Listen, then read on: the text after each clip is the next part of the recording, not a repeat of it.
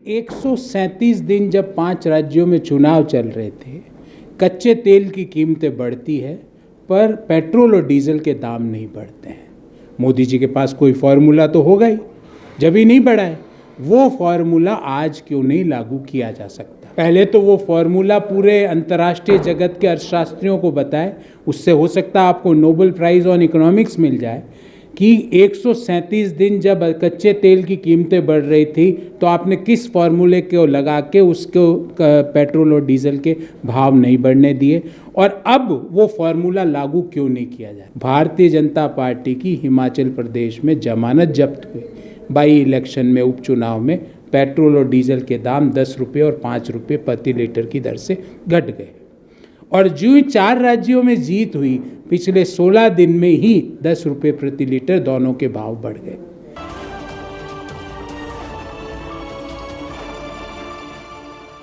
विधानसभा चुनाव के बाद कांग्रेस पार्टी पहला प्रदर्शन करने जा रही है महंगाई के मुद्दे को ध्यान में रखकर। हमारे साथ गौरव जी हैं।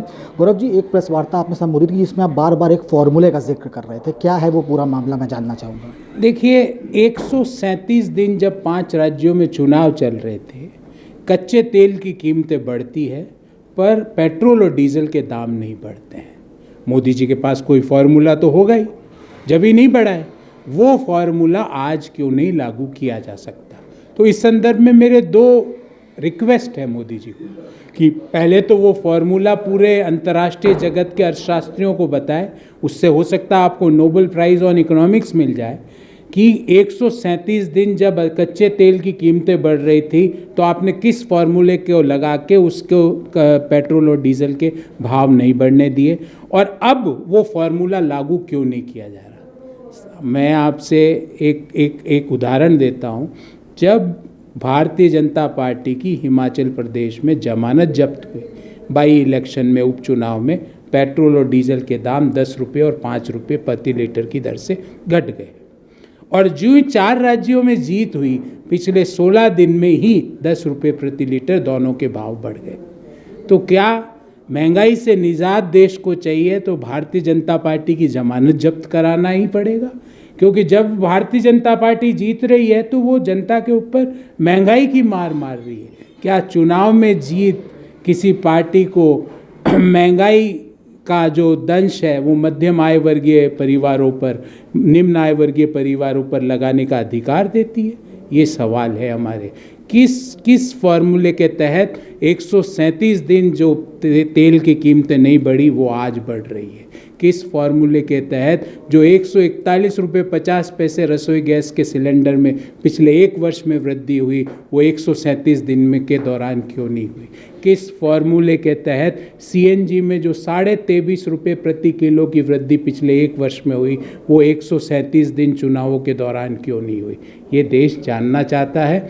मोदी जी ने 26 लाख करोड़ रुपया पेट्रोल और डीजल पर टैक्स लगा के कमाया। देश में 26 करोड़ परिवार रहते हैं, अर्थात हर परिवार ने बिना उसकी अनुमति के मोदी जी ने उस परिवार से 1 लाख रुपया ले लिया। वो 1 लाख रुपया कहाँ है मोदी जी? देश का हर परिवार आपसे ये जानना चाहता है। बिल्कुल, सवाल आपका वाजिब है। एक मीडिया में खबरें और चल रही श्रीलंका की क्राइसिस को लेकर, कहा जा रहा है कि भारत को भी उससे चेतने की ज़रूरत है, और ये भी रिपोर्ट छपी है कि जो भाजपा शासित प्रदेश हैं वहाँ पर नहीं, लेकिन जो अन्य प्रदेश है जहाँ पर भाजपा की सरकार नहीं है वहाँ पर जो क्राइसिस है वो बढ़ सकता है। इसको कैसे देखते हैं आप? देखिए, जो भी क्राइसिस है, जो भी स्टेट गवर्नमेंट्स है, उसको जो मेजर फंड है वो तो गवर्नमेंट ऑफ इंडिया देती है, कोई भी राज्य सरकार हो। उसको जो जीएसटी से जो डिवोल्यूशन मिलता है वो तो केंद्र सरकार से मिलता है। तो केंद्र सरकार को जागना चाहिए इस रिपोर्ट को पढ़ के कि क्यों ऐसी स्थिति उत्पन्न हो रही है, क्यों वो मीडिया इस तरह की रिपोर्ट छाप रही है, कौन कौन से राज्य है वो ऐसा कर रही है। इन सारी चीज़ों का जवाब केंद्र सरकार को देना चाहिए।